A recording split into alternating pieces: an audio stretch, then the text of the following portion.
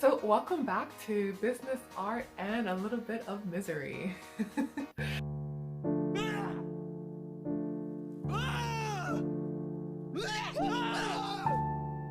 But I want to talk about what you can learn from Zac Efron and Imposter Syndrome. So you remember Zac Efron, our heartthrob of the early 2000s?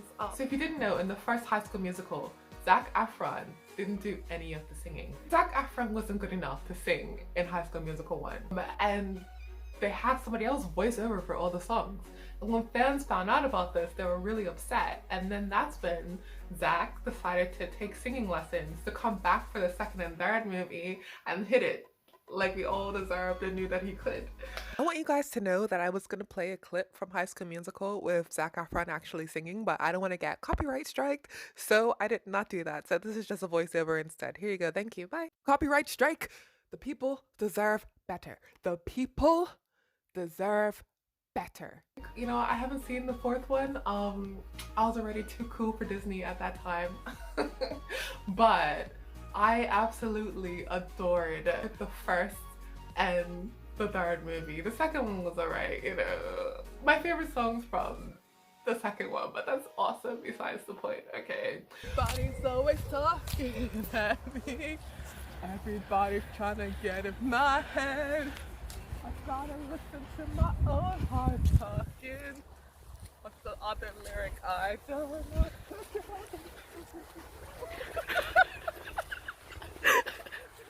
Come on, get to the chorus. You're not singing. Delete that. And so the reason why I'm talking about Zac Efron is because I want to talk about Imposter Syndrome. Meaning that I'm trying to make this channel about art and business and how I'm planning on, you know, incorporating those two into my own professional life, and how I have a degree in art and design, but yet I somehow think that I'm terrible at it. I thought it would be a good, you know, comparison to talk about Zac Efron and what he did and how we can use him as an example for ourselves, mostly me, who struggles with imposter syndrome. Does that make any sense? Just like how improving at something is a journey, so is this video. So I'm gonna take you on a journey to getting a new sketchbook because I need one. So I'll take you along the city, and if I see any cool artwork, I'll show it to you.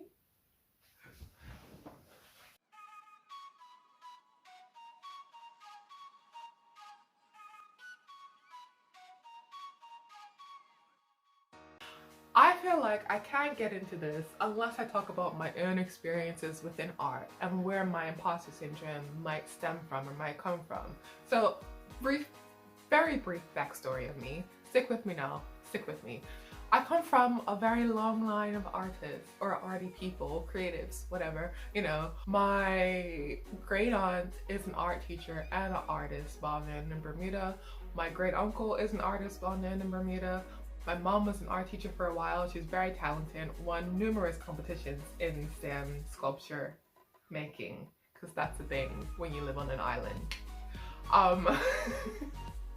And so when I finally entered public school, because I was homeschooled, I had no friends. But when I finally entered public school, I took the art class as an extracurricular and I loved it. I loved art. To be fair, I had one of the highest art grades in the school, like in total. We had an awards night and I got the award for art and design. And that was like a huge thing for me, and I knew straight away I wanted to be an artist. I knew I wanted to go into art. And then I went to America for high school for 2 years and I took art each year. So when I came to the UK, obviously I was going to take art again. And let me just preface this. My experience of education in the UK has been the worst so far. Confidence crushingly bad. And that's not to say that all schools in the UK are like that. I'm just talking about my specific teachers that I honestly, like looking back, I can't forgive for what they've done to me. I can't forgive. Obviously, I have to take some part and responsibility in that myself, but there was a lot going on, honestly, that you don't really realize until you're older. So when I got to study in the UK for sixth form and I took BTEC Art and Design, I I still enjoyed it and I thought I was pretty good. And you know, my classmates thought I was really talented and really good, but my teachers didn't think I was shit. Just to be honest, like I had to work twice as hard as other classmates doing mediocre stuff. Um, and again, that's not me shitting on my classmates. It's more like from ability wise, I knew that with a certain specific person who would get a lot of acclaim in the course, I just knew that my ability was better than hers and I knew that I was doing more work than her. Yet, why did I have to work twice as hard to get the same grade as her? Stuff like that just kept on happening. I remember at the time I was like, you know what, I really want to go to university and study art. I really want to do this. Like I went to talk to my teacher and I asked her, you know, I told her I want to get a distinction in art. What do you think I can do to improve? And then for the rest of the class, she kind of came over to me and literally berated me the whole class. Maybe, you know, maybe teachers already do that in art schools. I don't really know. But for me, that was the first time that I had someone like breathing over my back, trying to tell me how to do my own artwork. And it's like, yes, I am one of those people that take a really long time to like do my artwork. I've never been a fast drawer or a fast person, and I honestly think that that's because I lack practice, and so it takes me a long time. So I can fully acknowledge that, but I'm also the type of person that when you put too much pressure on me, I can't work. And so I remember after that experience, I just felt like giving up. I honestly just felt like giving up. And then when I told my teachers that I wanted to go to a Russell Group university, so if you're American, Russell Group is not really on the same level as Ivy League, but it's like, it's another, like, you know, those are the great universities in the UK type of thing. I remember when I told them that I wanted to study at, you know, a Russell Group university, I got the biggest look of doubt in my life. Like they were just like, are you sure? And I remember her actually being like, really? Like, you know, and I was just like, damn, can I really do this? And I was like, hell yeah, I can do this. Like, I know I have been studying with them for a year already, so I was like, I know how to work the system. I know how to work hard. I'm going to work hard for this and do my best and try to get in. And that's what I did. And it turns out, like, in the end, I did that and I worked really hard. And then I lost my place at the university because my teachers gave in the wrong grades. I got a distinction merit, so a DM, not the type on Instagram. No, I got a distinction merit in my art, and my teachers submitted that I got a merit, like a merit, an MM, a merit. And so we had to go through a whole external investigation with Edexcel, and I finally got confirmed for the university. But by that time, I had lost my place in accommodation. I felt like I didn't belong. My place at the university was given away because my teachers submitted the wrong grades. I don't think that they purposely sabotaged me. I just think that they didn't care enough to even look into it. When I joined university, I felt like I didn't belong there. And this was for multiple reasons. Number one, I was like, I'm not smart enough to be in university. Number two, I'm not talented enough to be in university. Number three, that just solidified that I am not good at this. No matter how hard I try, I am not good at this. I need to work for like 7 years straight to be able to get in and, you know, earn a place there because I don't deserve it. And so when I came to university, I had all those things. Plus, I was the only Black person on my course. And then it was a course of like, what, 50 people in my year alone. And when I could see there was like one Black person in the year above me, like 2 Black people in like each year above me, if that makes any sense. And I was just like, oh my God, like I am only here to tick a box. I am not talented. They just need me here because I'm Black. And from then on, I felt terrible about all my art and anything that I did or could do. I never worked in the studio with the other artists. I was ashamed. I was afraid someone was going to find out that I couldn't do artwork.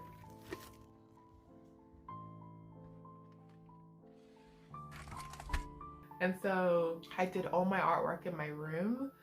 and I really tried to only show my tutor my artwork. I still got really good grades on it, but I felt like I didn't belong here. And so now that I've graduated university and I've gotten my degree and I got a 2-1, I still feel like I'm shit at art, honestly. I feel like that I wasted 3 years because I could have been practicing and improving in those 3 years, and instead I was just hiding away in my room. So that's a bummer. So don't you think it's funny that with all that happening, I'm starting a YouTube channel where I'm talking about art and business? Isn't that hilarious? Like, who would buy anything from me? Who would want to see my crappy, like, 2-year-old artwork, right? And the truth is that I'm asking myself that every time before I make a YouTube video, or every time I do a bit of artwork and things, I am like, who would pay for this? Who would pay for this with my skill level? But now I want to bring it back to Zac Efron. So earlier in the video, I talked about Zac Efron, and I talked about how he still did High School Musical 1, and he didn't sing, but he practiced, and then did High School Musical 2 and 3. And I figure, why can't I do the same? Why can't I do the same thing? Why can't I start a business, start a YouTube, start producing artwork to sell while working on my skills? Because if I wait for forever, if I wait until I'm perfect, I'm never going to be there. I'm never going to get there. So I might as well start with something mediocre and see how people take to it. And then over time, at least, even if everything fails, no one buys my work, no one looks at my videos, at least I could say that I did it and that I improved in something, you know? Even making my first YouTube video, it was really awkward talking to the camera. But now, I'm okay. For now. For now. So what I think we can learn from Zac Efron is not only that Bad on It is the best High School Musical song, and you can fight me. You can fight me. Even just last year, before the pandemic, I went to a High School Musical night out.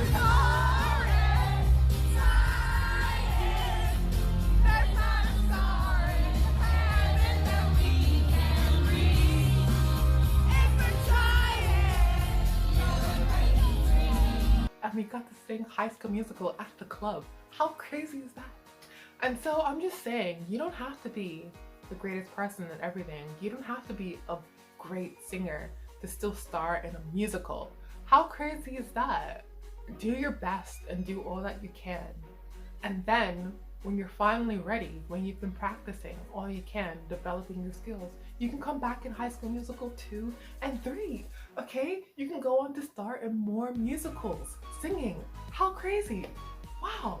And so with this video, the only thing that I want to leave you with is that if you're like me, if you're into art, if you're into business, if you want to make money, if you, I don't know, if you want something to be proud of, just start. Just start. Just do it. At the end of the day, when you die, you want to be able to say that at least I tried, right? And, you know, just try. So that's it for this video. Thank you so much, honestly, if you've made it this far. But either way, thank you so much. My name is Layla, and this is Low Quat Layla on Low Quat Clothes, or the clothes that I paint on. So yeah, definitely check those out on Instagram as well if you'd like to. Thank you again so much for watching this video, and hopefully I might catch you in the next one. Bye!